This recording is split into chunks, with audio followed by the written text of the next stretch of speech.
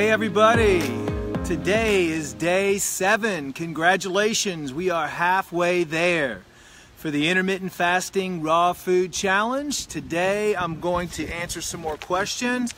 Thank you for all of your questions. Thank you for all your comments.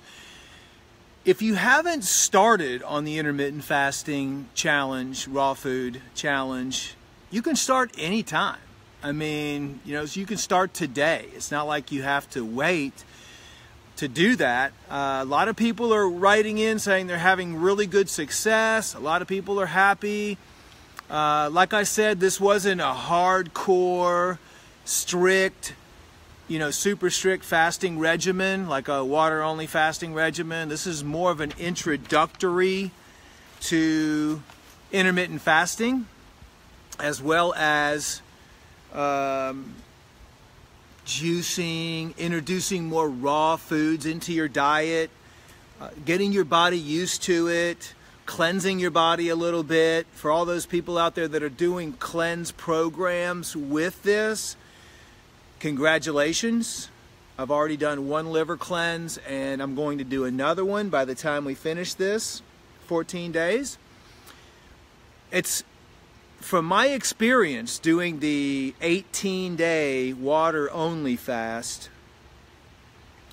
this is very easy in comparison because you can at least eat something every day. And I can tell you that time stands still when you're doing water-only fasting. It seemed like every day seemed like a week. So this is the time goes by so much faster when you're doing intermittent fasting in the raw food challenge. Some questions I have: is it healthy to eat cornstarch or tortillas made with cornstarch? Now I'm sure people are saying right now, no, that's not healthy, and that's exactly what I'm gonna say is no, it's not healthy.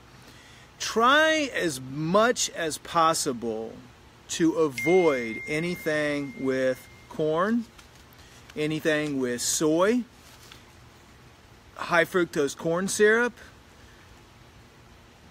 Most of the stuff with corn flour, corn this, corn that is going to be genetically modified. So if you do have corn, make sure it's organic, non-GMO. And I know that in Houston they have almond flour tortillas, or just look into a natural flour if you're going to make your own tortillas. So no, cornstarch is not good. Try to avoid it as much as possible. Can you do intermittent fasting while nursing? If you are taking multivitamins or just a short 1 to 2 day fast. I'll tell you what I would recommend for any woman out there nursing is to supplement their diet with iodine. That's probably the most important nutrient you can give yourself while fasting. A good prenatal, I liked, and my wife used the prenatal from the Pure Synergy company, Mitchell May. I really like their products also. So look into doing that. I haven't seen a lot of research come out as far as intermittent fasting while you're nursing. So I don't know. I really don't know if I could give you an accurate answer on that. It's just there hasn't been a lot of research, recent research that's come out on fasting, and things have changed. I mean, yes, Shelton, Dr. Goldhammer, I mean, there are experts, Dr. Fung up in Canada, there are experts that focus on intermittent fasting and on water-only fasting, but there's just still a lot of questions out there that we need answered. And what's the best type of magnesium to use? That is a great question, actually. I'm really a fan of the magnesium oils out there. Just depends on what you're trying to accomplish with magnesium. I mean, that's one of those minerals that you have magnesium hydroxyapatite, you have magnesium oxide, magnesium peroxide, magnesium orotate. I think the magnesium orotate is the best type to use, although if anyone is suffering from any type of autoimmune disease, I would highly recommend looking into Dr. Hans Nieper. Dr. Hans Nieper, there's a book he wrote called The Curious Man. Unbelievable. He was the mineral transporting guru of all time. He was from Germany. So I would recommend looking into that. The magnesium amino ethyl phosphate form. I mean, he probably has the most successful reversals of MS, ALS, any type of autoimmune disorders out there. And he can explain whether or not the mineral needs to go to the outer layer of the cell membrane, the inner layer of the cell membrane, the cytoplasm inside the cell. I mean, it just depends on where you want that magnesium going in the first place. Next question, what if you have no large intestine or colon? That's even the more reason you should be fasting or intermittent fasting, or not, putting any type of damaging foods or sugars or anything else inside your system. So anytime you have any organ missing, anytime you have anything missing from your body, or let's say they cut out a tumor in your bowel, you want to always eat as much raw, good, healthy food as you possibly can, and avoid anything that could cause bowel damage. Repairing your bowel, taking a good probiotic all the time, taking enzymes. I'm a big fan of enzymes. I created the Veganzyme product. It's still the only enzyme formula in the world which contains glucose oxidase. Glucose oxidase is what keeps honey from ever going bad. They've found honey in Egyptian caves that's like 5,000 years old, and it's still good. And I'm going to let you guys in on a little secret here. Glucose oxidase actually converts glucose to hydrogen peroxide inside the cell. Now,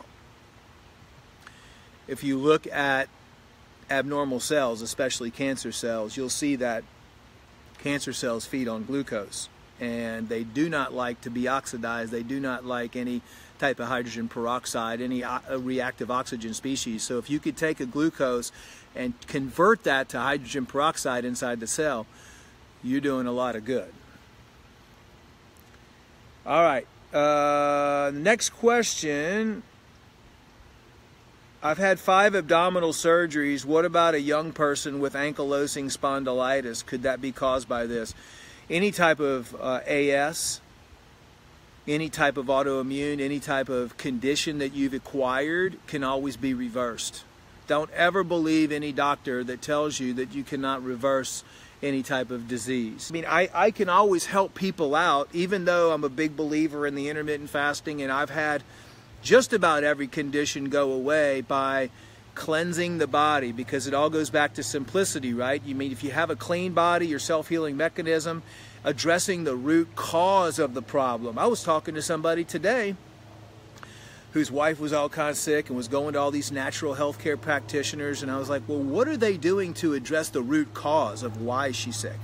You're telling me all this stuff, and they're just giving her a bunch of supplements. You have to address the root cause. I mean, you have to identify the root cause of why people are sick. So, yeah, with AS, with young people, intermittent fasting, cleansing the body, and choosing the right things to surround yourself with and to eat. Not only cleansing the inside of your body, but cleansing your environment in which you live and work. What do you take to help give up smoking is another question. Unbelievably, over the years, we've had thousands of people say that just cleansing their body reduces their desire to smoke. And Dr. Goldhammer, he actually has a lot of people come to his clinic that want to give up smoking. And within 3 or 4 days of water-only fasting, that is incredible at giving up and suppressing that urge. There is another illegal substance in the United States. It's being used in South America, and I think it's now being used in Canada. But it's called Ibogaine. Ibogaine, Ibogaine, and that is you can type it in online, and that's probably one of the most effective substances right now. I think it has over a 90% success rate for addictions, but you have to go outside the country to get that. The next question is, what about vivid hallucinations? I did many 3-day fasts, and a few of them had vivid flash hallucinations. Yeah, it's common when you're doing water-only fasting to have some hallucinations. You know, it's something that happens because when you run out of glucose and you start producing ketones, talking and looking at a lot of different charted water-only fasting documentations, and even talking to Dr. Goldhammer as well out in California, who does the medically supervised water-only fasting. He says the same thing.